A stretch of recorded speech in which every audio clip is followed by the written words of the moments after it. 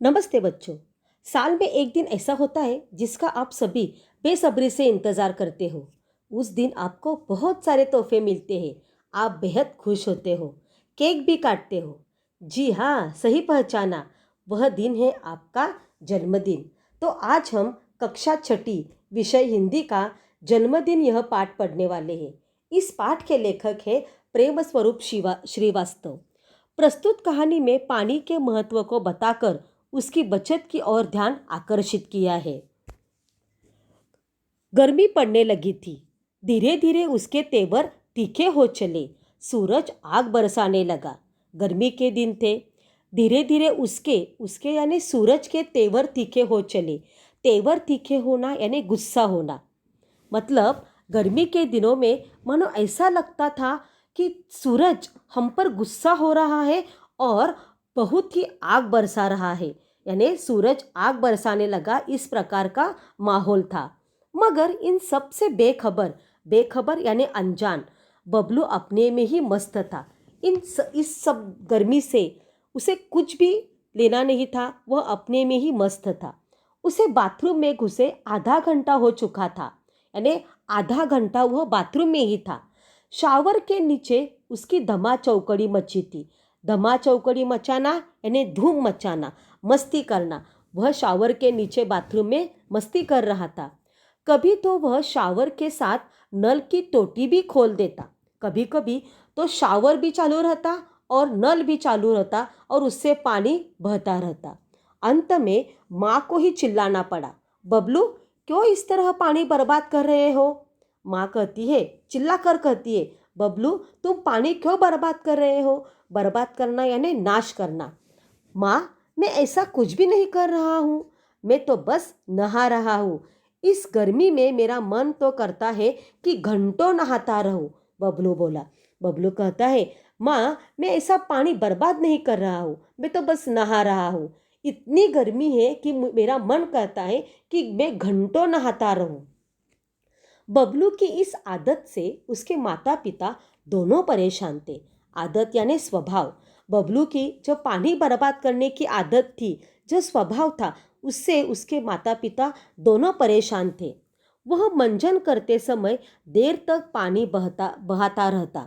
मंजन करना यानी दांतों को साफ करना।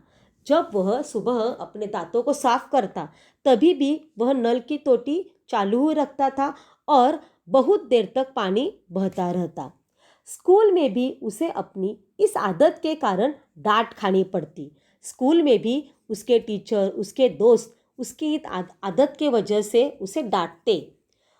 वह वहाँ के नल की टोटी भी अक्सर खुली छोड़ देता। अक्सर यानी अधिकतर वह स्कूल में भी नल की टोटी खुली ही छोड़ देता। एक पानी की ही बात नहीं थी, बिजली के साथ भी यही होता। यानी बबलू केवल पानी ही बर्बाद नहीं करता था, बल्कि इलेक्ट्रिसिटी यानी बिजली को भी बर्बाद करता रहता था। वह कमरे में हो तब भी पंखा खुला रहता, कभी कूलर भी बंद करना भूल जाता। यानी अगर वह कमरे में न हो तब भी उसके कमरे का पंखा खुला रहता और कूलर भी कभी वह बंद नहीं कर देता। यानी कमरे में न होने पर भी उसके कमरे का पंखा और कूलर चालू ही रहता था। कभी वह पढ़ते पढ़ते सो जाता, तब भी बल्ब जलता रहता। माँ को ही बुझाना पड़ता। कभी कभी वह पढ़ते ऐसे ही सो जाता, लेकिन बल्ब नहीं बंद करता था, ऐसे ही बल्ब जलता रहता था। आखिर माँ को ही कमरे में आकर उसके कमरे का बल्ब बुझाना पड़ता। पानी हो या बिजली यानी कि ऊर्जा, दोनों का भंडार सीमित है। ऊर्जा यानी शक्ति, भंडार यानी खजाना, सीमित यानी निश्चित मात्रा। बच्चों, आप सभी को मालूम है कि पानी एक नैसर्गिक संपत्ति है और पानी हो या बिजली, दोनों का भंडार सीमित है। यानी हमारे पृथ्वी पर पानी और बिजली, इसका जो खजाना है वह निश्चित मात्रा में है। और पानी यह ऐसी चीज़ है कि हम वह पैदा नहीं कर सकते। पानी तो एक नैसर्गिक संपत्ति है। दुनिया के सभी लोग ऐसा करने लगे तो क्या होगा? नहाना वहाना तो दूर, लोग एक घोंट पानी के लिए तरसेंगे। देखिए बच्चों, अगर दुनिया के सभी लोगों ने बबलू की तरह ही पानी और बिजली बर्बाद की तो नहाना वहाना तो छोड़ दो, लेकिन सभी लोग एक घूंट पानी के लिए भी तरस जाएंगे, यानी कि लोगों को पीने को भी पानी नहीं मिलेगा। लेकिन यह बात बबलू की समझ में बिल्कुल न आती। माँ और पापा दोनों ही उसमें सुधार लाना चाहते थे, पर उन्हें कोई उपाय नहीं सूझ रहा था।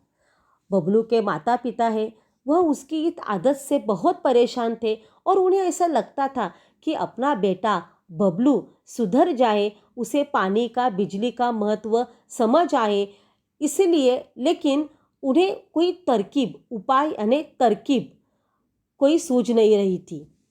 उस दिन शीला मौसी की बेटी पूजा का जन्मदिन था। मौसी यानी माँ की बहन। तो एक दिन शीला मौसी की बेटी, उसका नाम पूजा था और पूजा का जन्मदिन था। उन्होंने सबको खाने पर बुलाया था, यानी शीला मौसी को, बबलू, उसके माता और पिता सभी को खाने के लिए बुलाया था। शाम को सब उनके यहाँ पहुँच गए, पर बबलू को वहाँ पसरा सन्नाटा देख बड़ा आश्चर्य हुआ। देखिए, अभी जब जन्मदिन होता है तो पूरा घर सजाया जाता है, चारों ओर रोशनी होती है और सभी जगह शोर मचा होता है। लेकिन जब बबलू पूजा की जन्मदिन पर गया, तब वहाँ चारों ओर सन्नाटा सन्नाटा यानी गहन शांति फैली उसे दिखाई दी। इससे उसे बहुत आश्चर्य हुआ। मेज पर भोजन लगा हुआ था। मेज यानी टेबल पर भोजन लगाया हुआ था। गुब्बारे और रंगीन झालर भी सजे हुए थे, पर कमरे में बिजली की रोशनी नहीं थी। रोशनी यानी उजाला, यानी मेज पर भोजन अच्छी तरह लगाया हुआ था।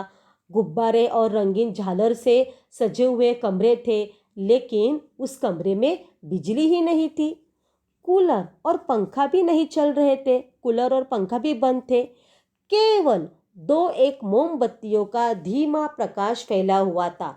सब गर्मी से परेशान नजर आ रहे थे। बबलू को कोई बात समझ में नहीं आई कि इतना जन्मदिन है, फिर भी पूरा सन्नाटा है, पूरा अंधेरा छाया है, कूलर बंद है, पंखा बंद है, कहीं पर भी रोशनी उजाला नहीं है, केवल एक दो मोमबत्तियां चल रही है और सभी लोग गर्मी से परेशान हो रहे हैं। फिर शीला मौसी ने बताया, गर्मी बढ़ जाने से बाहर तमाम जगहों पर बिजली का भार बढ़ गया है, इसलिए कंपनी ने अपने यहाँ भी आज से कटौती शुरू कर दी है। देखिए, फिर शीला मौसी बताती है कि अभी गर्मी का मौसम है, सूरज आग बरसा रहा है, इसलिए गर्मी बढ़ रही है और गर्मी बढ़ जाने से बाहर तमाम यानी सभी जगह पर बिजली का भार, बिजली का भार यानी बोझ, बिजली का बोझ बढ़ रहा है। इसीलिए कंपनी ने अपने यहाँ सभी आज से कटौती शुरू कर दी है। कटौती यानी काटना। आज कॉलोनी के इस ब्लॉक में कटौती हुई है, फिर बारी बारी दूसरे ब्लॉकों में कटौती करेंगे। इससे क्या, हम पूजा की जन्मदिन तो हंसी खुशी से ही मनाएंगे ही। देखिए, शीला मौसी कहती है कि बिजली का भार बढ़ गया है, इसीलिए आज से कॉलोनी यानी बस्ती के इस ब्लॉक में यानी छोटे भाग में कटौती कर दी है। लेकिन इससे क्या हुआ है, हम तो पूजा का जन्मदिन बड़े ही हंसी खुशी से ही मनाएंगे। फिर पूजा की माँ ने आरती उतारी और मिठाइयाँ बांटी। पूजा की माँ यानी शीला मौसी, और पूजा का जन्मदिन था। फिर शीला मौसी ने पूजा की आरती उतारी और सभी को मिठाइयाँ बांटी। हैप्पी बर्थडे के बोल सभी के मुंह से निकल पड़े। धमा चौकड़ी के बीच बच्चों ने गुब्बारे फोड़े। सभी गुब्बारे और टॉफियों पर टूट पड़े। कुछ देर के लिए सब गर्मी की परेशानी भी भूल गए। देखिए, अभी अंधेरा है, बिजली नहीं है, गर्मी से लोग परेशान हैं, लेकिन उसी वातावरण में पूजा ने अपने जन्मदिन का केक काटा। सभी ने उसे हैप्पी बर्थडे किया। सभी बच्चों ने गुब्बारे फोड़े। शीला मौसी ने सभी को टॉफियाँ दी। कुछ देर के लिए सब गर्मी यानी परेशानी यानी बेचैनी, सब गर्मी की परेशानी बेचैनी भूल गए। कुछ देर बाद शीला मौसी बोली, अच्छा बच्चों, अब धमा चौकड़ी बंद करो, सबका खाना लग गया है, आओ जल्दी करो। फिर शीला मौसी कहती है, अब बच्चों मस्ती करना बंद कर दो, सभी का खाना लग गया है, आओ जल्दी खाना खा लो। सब खाने की मेज पर पहुंच गए। इस बीच बबलू को बहुत जोरों से प्यास लग गई, मगर शायद पानी न होने से सभी के गिलास आधे ही भरे हुए थे। जब बबलू खाना खाने के लिए गया मेज पर, लेकिन तभी बबलू को बहुत जोरों की प्यास लग गई, लेकिन शायद पानी न होने की वजह से वहाँ मेज पर आधे ही गिलास भरे हुए थे। बबलू एक ही घूंट में सारा पानी गटक गया, पर इससे उसकी प्यास नहीं बुझी। गटक जाना यानी निगलना, गटकना यानी निकालना। बबलू ने एक ही घूंट में उस गिलास का सारा पानी पी डाला, लेकिन इससे उसकी प्यास नहीं बुझी। फिर भी वह खाने में जुट गया। देखिए, अभी उसे प्यास लगी थी, उसने आधा गिलास पानी पिया, लेकिन उसकी प्यास नहीं बुझी, लेकिन आखिर फिर वह खाने में फिर जुट गया। 2-4 कौर भीतर जाते ही उसकी प्यास और भड़क उठी। कौर यानी निवाला, 2-4 कौर निवाला उसके पेट में अंदर गया, फिर उसकी प्यास और भड़क गई यानी उसकी प्यास बढ़ गई। वह प्यास से बेचैन उठा, वह प्यास से एकदम परेशान हो रहा था। गर्मी अलग परेशान कर रही थी। वह पानी पानी चिल्लाने लगा, लेकिन पानी का जग खाली पड़ा था। देखिए कैसी बबलू की अवस्था हुई। उसे बहुत जोर की प्यास भी लगी थी, और गर्मी से भी वह बेचैन हो रहा था, पानी पानी चिल्ला रहा था, लेकिन वहाँ पानी का जग भी खाली ही पड़ा था। शीला मौसी मुंह बनाकर बोली, क्या बताऊँ बेटे, इस ब्लॉक की पानी की टंकी की सफाई हो रही है। कोई बात नहीं बच्चों, अच्छा अच्छा बुरा तो होता ही रहता है। तुम लोग खाना खाओ, अड़ोस पड़ोस में देखते हैं, कहीं ना कहीं से पानी तो मिल ही जाएगा। देखिए बबलू की यह हालत देखकर बबलू क्या बोलती है, क्या बताऊँ बेटे, इस ब्लॉक के पानी की टंकी की सफाई हो रही है, इसलिए आज नल में पानी भी नहीं आया है। लेकिन कोई बात नहीं, अच्छा बुरा तो होता ही रहता है। तुम सभी लोग खाना खाओ, मैं देखती हूँ अड़ोस पड़ोस में कहीं ना कहीं तो पानी मिल ही जाएगा।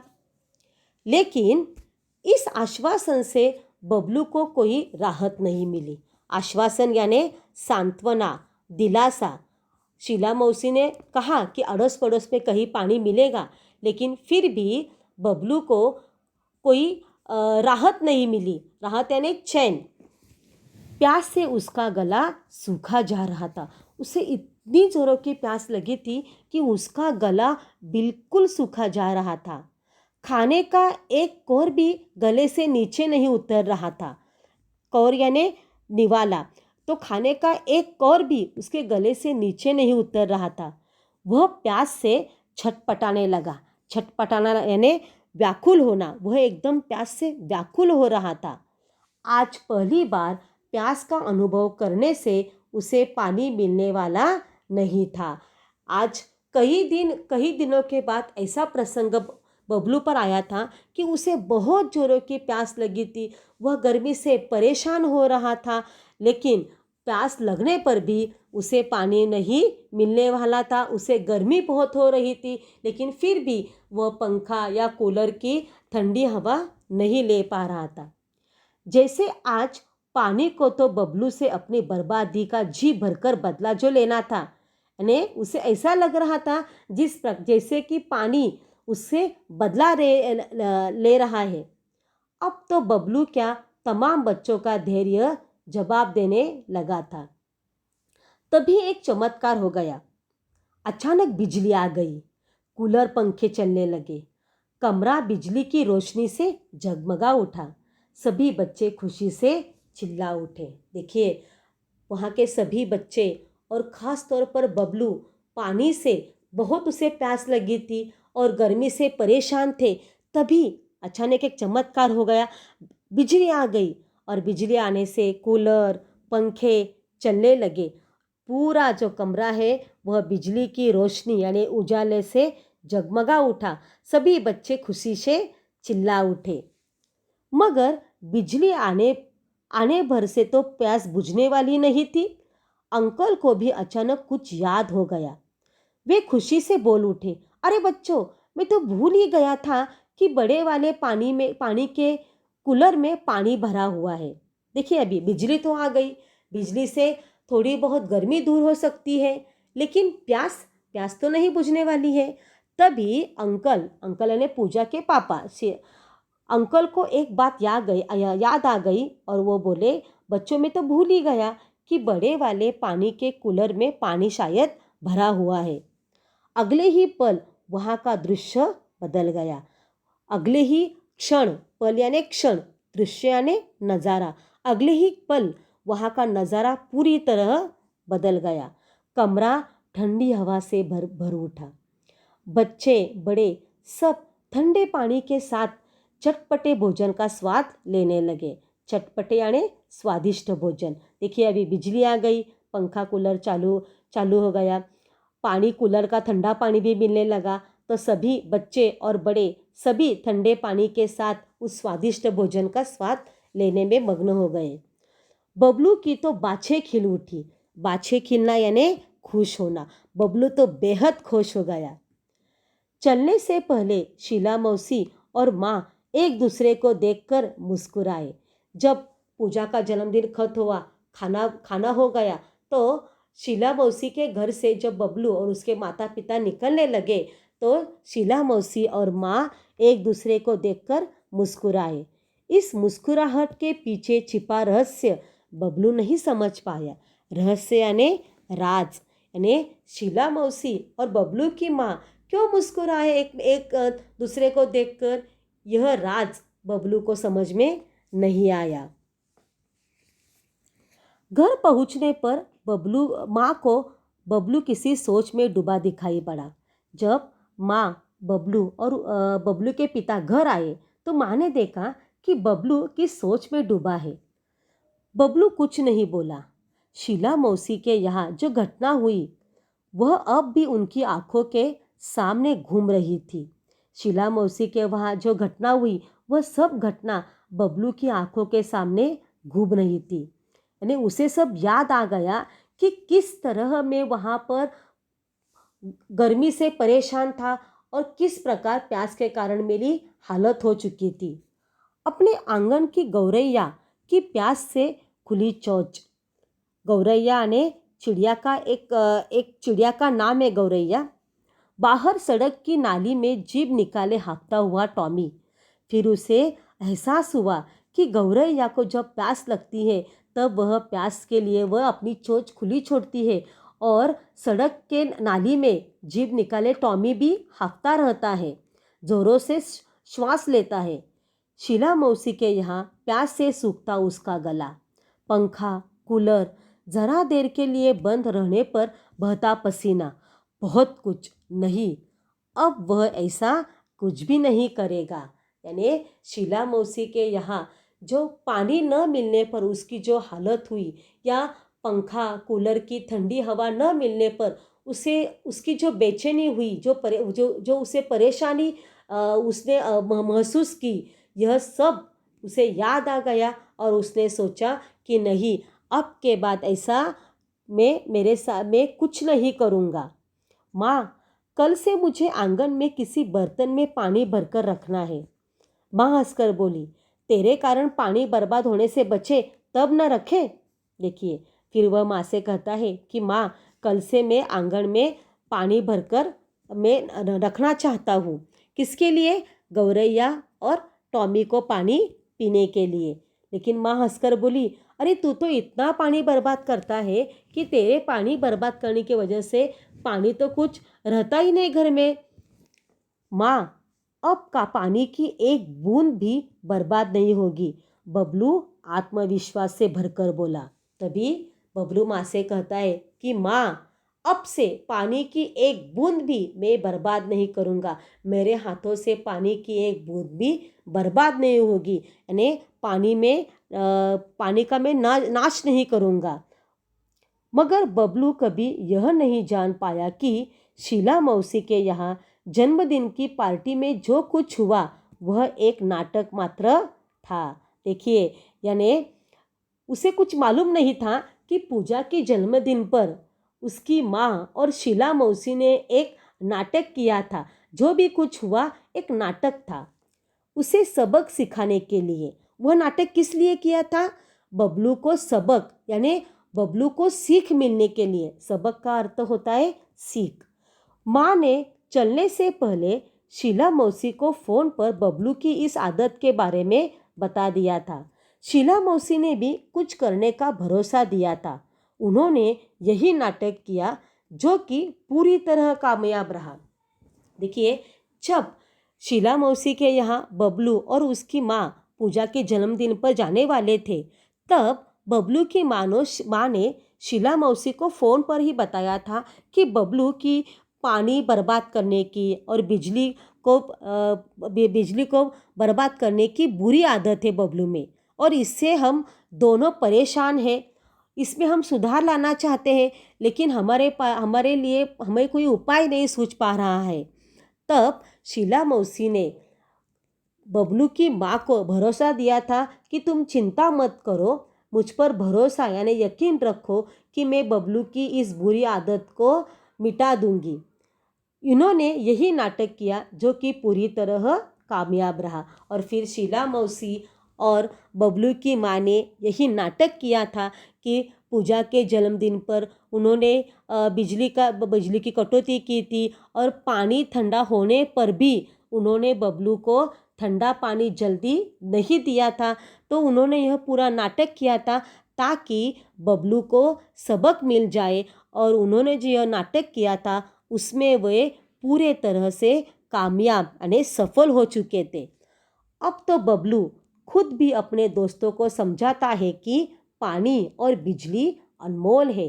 अनमोल यानी मूल्यवान, यानी बबलू अभी समझ गया कि बिजली और पानी हमारे लिए मूल्यवान है। इन्हें भविष्य के लिए बचा कर रखो। अपने दोस्तों को वह बस समझाता है कि पानी और बिजली मूल्यवान है, अनमोल है, इन्हें भविष्य के लिए बचा कर रखना है, इन्हें बर्बाद नहीं करना चाहिए। तो बच्चों, आपको समझ में आया है कि जल ही जीवन है और बिजली मूल्यवान है, तो इनका इस्तेमाल हमें ठीक से करना चाहिए। यह पानी हमें बर्बाद नहीं करना चाहिए, और जब बिजली की भी हमें जब ज़रूरत होती है तभी हमें बिजली चालू करनी चाहिए। जब हम कमरे में न हो तो पंखा हमें बंद कर देना चाहिए। इस प्रकार हम बिजली और जल का सही इस्तेमाल कर सकते हैं। जल ही हमारे लिए जीवन है और बिजली ही मूल्यवान है। बच्चों, यहाँ पर आपको इस पाठ का स्वाध्याय भी दिया है। पाठ को 2 बार पठन करना है, और कुछ यहाँ पर 7 प्रश्न है, उनके उत्तर लिखना है, और दूसरा प्रश्न है मुहावरों का अर्थ लिखकर वाक्य में प्रयोग करना है। तो बच्चों, अगर आपको ये वीडियो अच्छा लगा होगा तो इसे लाइक कीजिए, अपने दोस्तों के साथ शेयर कीजिए और सब्सक्राइब भी कीजिए। आपने यह वीडियो पूरा देखा इसलिए धन्यवाद। Thank you.